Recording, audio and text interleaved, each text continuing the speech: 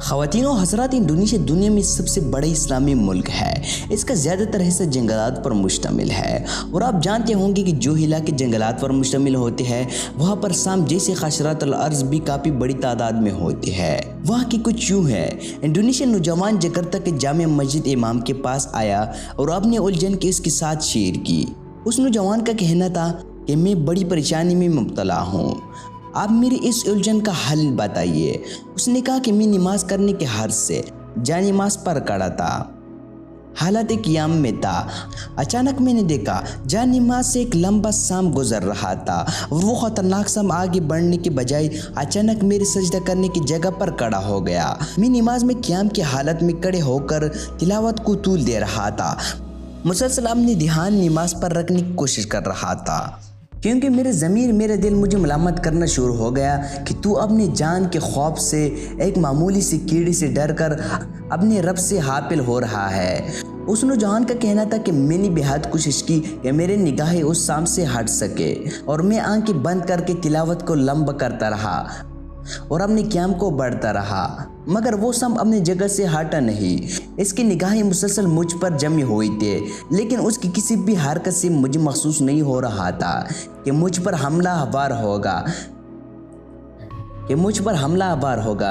میں چونکہ با آوازی تلاوت کر رہا تھا، وہ سانپ بھی چونکہ لگا کر جب مجھے یقین ہو چلا کہ یہ سانپ اللہ تعالیٰ کے حکم سے مجھے نقصان نہیں پہنچائے گی، لیکن جو ہی میں رکوع میں جانے کے لیے جھکا تو وہ سانپ ڈر کر پیچھے کی جانب سے ہو گیا، اور اچانک مجھے لگا کہ یہ آگے کی طرف منہ کر کے مجھ پر حملہ آور ہوگا، اور میں نے نماز توڑ ڈالی اور سانپ کو ختم کر ڈالا۔ وہ نوجوان امام سے کہنے لگا، کسی بات پر میرا دل مجھے ملامت کرنا شروع ہو گیا کہ اللہ پر توکل اور یقین میرا بس اتنا ہی تھا۔ اس سانپ کے ڈر سے اللہ تعالیٰ کے کھڑے ہونے کی ادا بلا دی، اور زمین کی کیڑی سے ڈر کر تو نے اپنی نماز توڑ ڈالی۔ وہ نوجوان کہنے لگے کہ مجھے بتائیے کہ میں نے گناہ کا کام کیا ہے۔ امام مسجد اس نوجوان کی دین سے محبت اور عشق دیکھ کر مسکرا اٹھے،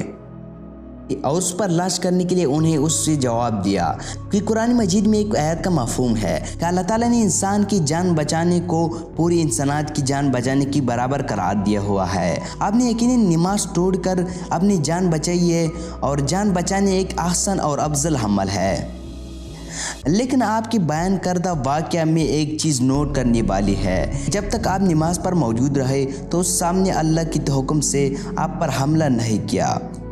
اور یہ بذات خود نماز کی ایک بہت بڑی کرامت ہے، اور بلا شبہ اللہ رب العزت یہ کرامت، یہ نشانیاں ان لوگوں کے لیے دکھاتا ہے جو عقل شعور رکھتے ہیں، مگر جن لوگوں کو دل پتھر کے ہو چکے ہیں وہ کبھی بھی اس سے ہدایت نہیں پکڑ سکتے۔ چلو آج کی اس ویڈیو میں ایک واقعہ فلسطین کا دکھاتے ہیں۔ یہ واقعہ فلسطین کے ایک سڑک پر پیش آیا کہ جب نماز کے وقت آیا کہ ایک مسلمان باپ بیٹے نے وہیں پر نماز ادا کرنا شروع کر دیا۔ یہ منظر دیکھ کر اسرائیلی اپنے سے باہر ہو گئی، اور انہوں نے ایک شکاری کتا باپ بیٹوں پر چھوڑ دیا۔ وہ شکاری کتا ان باپ بیٹوں پر جا کر زور سے بھونکنے لگا، اور ایک دم یوں آگے بڑھا کہ جیسا وہ حملہ آور ہونے والا ہے۔ نماز کے دوران چھوٹا سا بچہ اس شکاری کتے کو دیکھ کر خوف زدہ ہو گیا، مگر اس کے باپ کا ایمان منہ زلزل نہ ہوا۔ وہ کامل ایمان اور یقین کے ساتھ نماز ادا کرتا رہا، اور رکعتوں میں بیٹھ کر جب اس نے اشہد ان لا الہ الا اللہ پڑھا اور اپنے انگوٹھا شہادت آسمان کی جانب کی بلند کر دی، تو معجزانہ طور پر وہ خون خواہ شکاری کتا مہذب ہو کر وہی اس کے سامنے بیٹھ کر اور پھونکنا بند کر دیا، اور یوں لگا جیسے ہے بھی طاقت نہیں، اسی خون خواہ شکاری کتے کی فطر ہی بدل ڈالی، اور انہیں باپ بیٹے کی نماز کے ختم ہونے تک زمین پر منہ لگا کے ادب کے ساتھ بیٹھا رہا۔ دوستو، نماز اللہ کی ایک ایسا حکم ہے جس میں مختلف صورتوں میں ریلیکسیشن تو ضرور موجود ہے، مگر اس میں معافی ہرگز نہیں ہے۔ اگر کوئی شخص معذور کسی سبب کھڑا ہو کر نماز ادا نہیں کر سکتا تو بیٹھ کر پڑھنے کا حکم ہے، اگر بیٹھ کر بھی نہیں پڑھ سکتا تو لیٹ کر نماز ادا کرنے کا حکم دیا گیا ہے، اور اگر لیٹ کر بھی وہ صحیح طور پر نماز نہیں پڑھ سکتا تو مزید ریلیکسیشن دی گئی ہے کہ وہ اشاروں سے نماز ادا کر سکتا ہے،